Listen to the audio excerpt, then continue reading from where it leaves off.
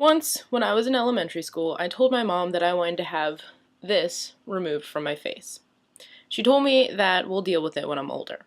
I never really understood the we'll deal with it when you're older technique from parents because I never really knew if it meant you're probably going to grow out of this, so I'm not going to take the time to, or I don't really know what to say, and if it becomes a problem, I'll spend more time thinking about it. Regardless, we waited until I was older. It was the beginning of my sophomore year. My mom said, how about we get that birthmark removed? And that other one on your face, which is back here. Now, you probably can't see this because the shot doesn't show you. I have tons and tons and tons of birthmarks. They're on my arms, they're on my face, they're on my legs. They're literally everywhere. I've counted them before. I think it was over 300. So the reason why I had a problem with this birthmark when I was younger, and I'm assuming why my mom suggested the other one, was that they come off my face. They're not sticking out, but when you touch them, it comes up. There's a bump. And I guess I was worried that when I get older, they're going to start coming off my face more because my dad had a lot of those and he had those removed. So my mom said that she would take me to a plastic surgeon and I could have them removed. I wasn't overjoyed at this, but I said I wanted to because she remembered that I wanted to, so I did. Keep in mind that at this point I'm like 14, 15, and my level of body acceptance and body love is not too great.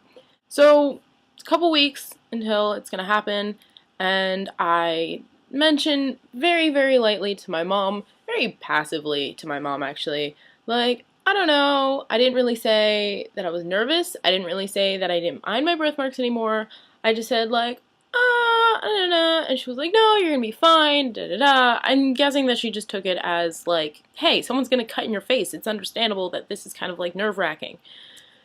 So the day comes, and she picks me up from school early, and I go to the plastic surgeon's office, and I have a terrible panic attack. And it was a panic attack. They're not fun. I ended up not getting them removed clearly, but I don't entirely know why, but from that day, I loved my birthmarks. Like, every single little speck. And to clarify, I understand that not all people call them birthmarks. They call them moles. They call them beauty marks. I don't know. I just call them birthmarks. I don't know what happened that day that made me absolutely adore each little brown spot on me, but I do now. And I've realized growing up that people don't acknowledge them. I've had friends draw pictures of me where they leave out my birthmarks, which I never really mention, but it upsets me a lot because I love them and they're on my face and you didn't draw them. And I started to realize that it's because they immediately assumed that I would be embarrassed to have one. And I'm not. I love them. And the fact that we immediately assume that having one is something to be embarrassed of, and they were doing me a favor by not acknowledging them, seems really weird and dumb. And especially because in other ways we glorify birthmarks. Like, if you have the little Monroe birthmark, like, that's a good thing, but because mine is off point, it's not. Basically, the point of this video is an introduction to a whole bunch of other videos. I was suggested by a therapist years ago that I document stories about things that I've struggled with accepting on my own body.